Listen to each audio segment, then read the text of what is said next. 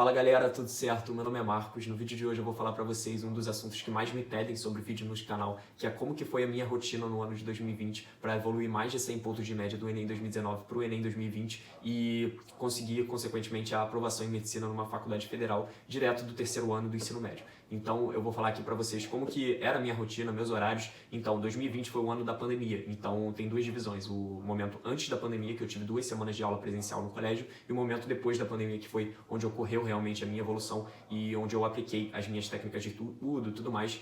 Então vamos começar. No início, que foi no início de 2020, minhas aulas começaram um pouquinho antes do carnaval, se não me engano, uma semana antes. A gente chegou a ter 2 semanas de aula presencial no colégio e tal, então era normal. Eu acordava às 6 horas, 6h30 da manhã, ia estudar no colégio, ia ver aula e tal, via aula até mais ou menos mais 1 hora, 1h30, e depois eu não conseguia me concentrar direito em casa, então eu preferia estudar no colégio, então eu ficava pelo colégio estudando até umas 6h30, 7 horas, e depois eu ia para casa.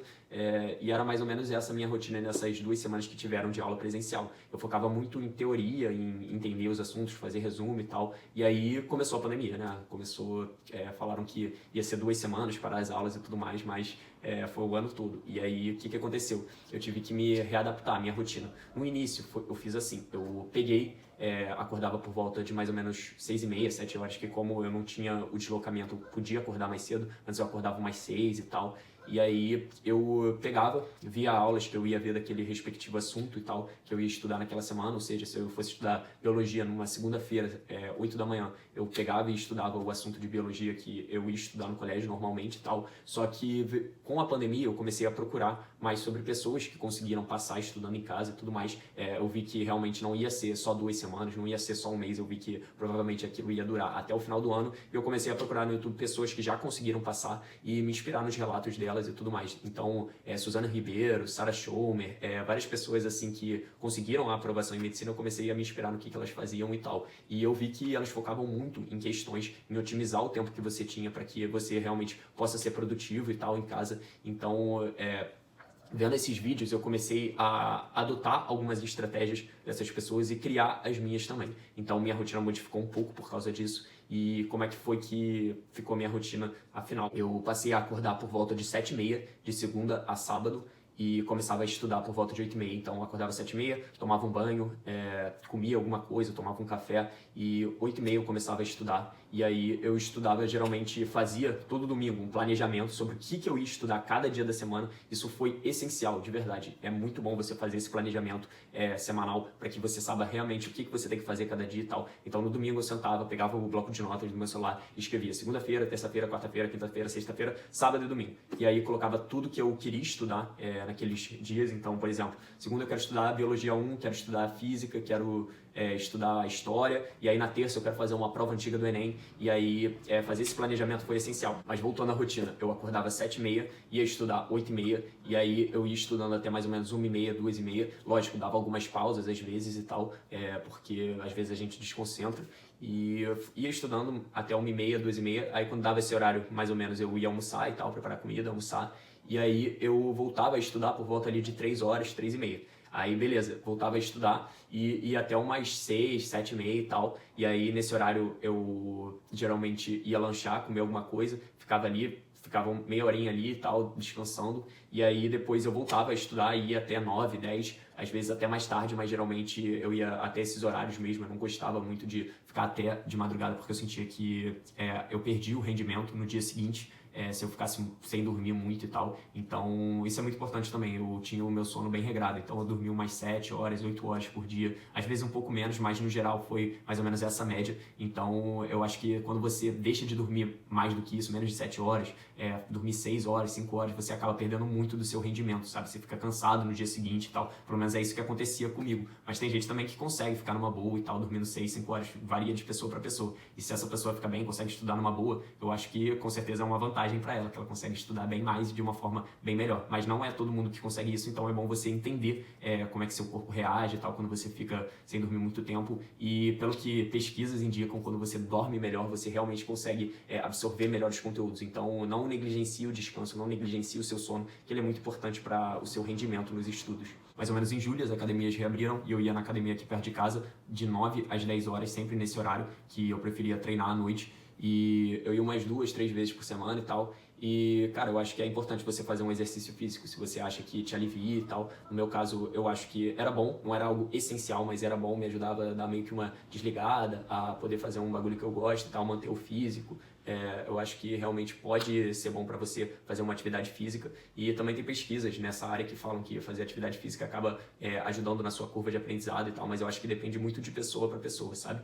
E eu tentava ir ali 2, 3 vezes por semana, não era toda semana que eu conseguia, e sempre nesse horário, 9 às 10 da noite. Questão de horas de estudos, que é algo que sempre perguntam, eu diria que eu tinha de 12 a 14 horas brutas de estudo por dia, ou seja, não era o tempo, eu não ficava rendendo 100% desse tempo, às vezes dava uma descansada e tal, então era mais ou menos de 12 a 14 horas brutas de estudos por dia, e de horas líquidas eu diria que era de 7 a 10, 11 horas, sabe? Horas que eu realmente estava rendendo, fazendo um estudo mais ativo e tal, então isso tudo, mas eu acho que mais do que quantidade, tu tem que ter qualidade no teu estudo, então às vezes, pô, eu ia estudar 13 horas por dia, só que num dia que eu estudei 7, 8 horas eu rendi muito mais do que nesse dia que eu estudei 13 horas, então a qualidade acaba sendo muito melhor que a quantidade nesse aspecto. Mas claro, se você estuda constantemente muitas horas de estudo, a tendência é que você, nos seus dias bons, você consiga realmente ter um rendimento melhor do que você teria se você estudasse pouco.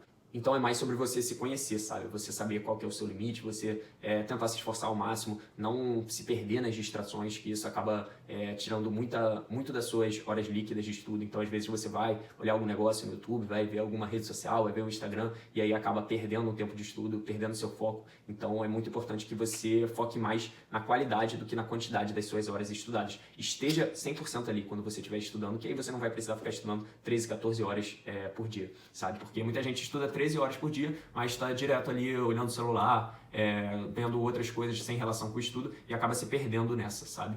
Eu reservava pelo menos 2 dias da semana para simulado, então geralmente eu fazia eles pela manhã, não necessariamente era no final de semana, que muita gente reserva no final de semana, eu não, no meu planejamento eu via onde que encaixava melhor eu colocar no simulado, podia às vezes ser numa segunda-feira, podia ser numa quarta, podia ser num sábado, num domingo, então não tinha algo muito fixo, o dia do simulado, e eu geralmente fazia eles pela manhã, eu fazia de 8h30 a 1h30, 2 horas e tal, dependendo se fosse o primeiro dia do Enem, então acho que é importante você reservar esse dia para fazer simulado, que com certeza para que você possa ver onde que você está errando, poder trabalhar as suas revisões em cima disso. Enquanto as questões que eu fazia, que é uma pergunta que eu recebo bastante também, no início eu fazia por volta de 300 questões ali, no início da pandemia e tal, que eu ainda estava consolidando a base teórica, aí no meio da preparação, quando eu já estava com a base teórica um pouco mais consolidada, eu fazia ali 400 questões, 450 questões por semana, e no final da preparação, que foi quando eu coloquei só simulados, eu fazia só simulados e tal, eu acordava 8h30, começava o simulado, depois corrigia, depois fazia alguma revisão de algum assunto que eu tinha visto naquele simulado, eu geralmente fazia umas 500 até 600 questões por semana. Então foi mais ou menos isso. Eu acho que quando você está consolidando a sua base teórica ainda, que você tem que dedicar um tempo maior para a teoria, você não tem necessidade de fazer tantas questões assim, sabe? Faz mais as questões dos assuntos que você está vendo, mas aí quando você já está num nível avançado, aí é refinar o que você já tem e aí é fazer muitos simulados, isso que vai fazer com que você apare as suas arestas e consiga um bom desempenho no dia da prova, consertando os seus erros e tudo mais. Então, com certeza, isso pode te ajudar bastante quando você já está num nível avançado de teoria. Quando você está no início, foca em aprender os conteúdos bem, faz os exercícios respectivos daqueles assuntos, também encaixa os simulados, né, porque para você já ter uma noção de como que está o seu nível, como que está no dia da prova e tal, mas aí no final, quando você já tiver visto praticamente toda a teoria, é focar realmente em refinar tudo aquilo que você viu e nas questões que você faz isso. E um ponto que eu acho muito importante é que eu estudei todos os dias desde o início da quarentena. Não teve um dia até o Enem, até o segundo dia do Enem que eu não estudei.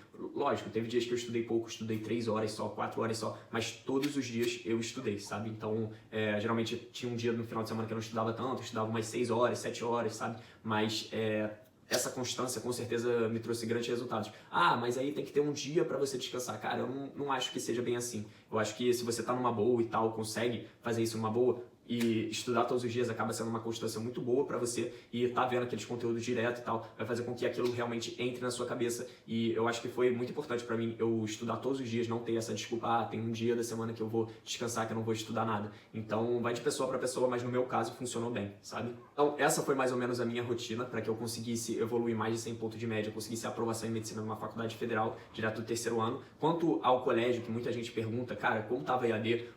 a maioria das aulas eu acabava que não via, sabe? Porque não tinha lista de presença no meu colégio, não estava tendo lista de presença das aulas, e eu via uma ou outra de redação e matemática, assim. Então, no geral, eu estudava mais por conta própria, ia estudando por apostila, por videoaula no YouTube e tal, ia fazendo os exercícios das provas antigas. Então, eu não segui muito o meu colégio quanto havia aula online, essas coisas, porque eu não contava realmente a presença, e eu sentia que às vezes eu perdia muito tempo, sei lá, vendo uma aula de história de 2 horas, 2 horas e meia, um assunto que se eu fosse ler a apostila, eu conseguia em uma hora e meia ler a teoria e fazer todos os exercícios e entender tão bem quanto numa aula. Então você ter essa autonomia, você poder conseguir controlar melhor o tempo que você dedica a cada matéria, com certeza ajuda bastante. Então o meu ano foi um ano bem atípico por causa da pandemia. Então por causa da pandemia acabou que eu conseguia ser mais flexível quanto aos meus horários no colégio, porque como eu não estava contando presença nas aulas online, eu só via algumas e tal, fazia as provas, porque isso realmente era importante.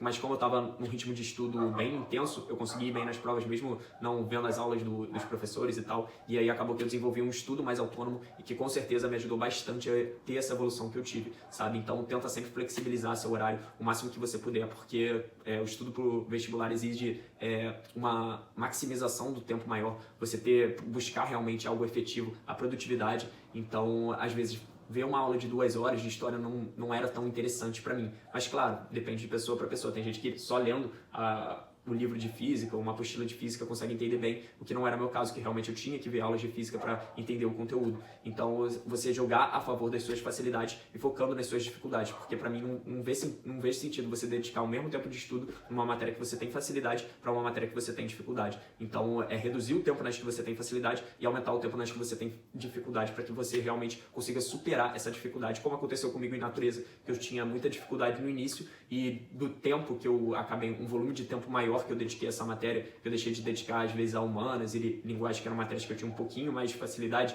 isso acabou fazendo com que natureza se tornasse um ponto forte para mim. Galera, foi mais ou menos essa a minha rotina. Eu espero que vocês tenham gostado do vídeo. Qualquer dúvida pode jogar aí nos comentários, sugestões de vídeos e outros temas. Então, tamo junto, eu espero que tenha ajudado de verdade.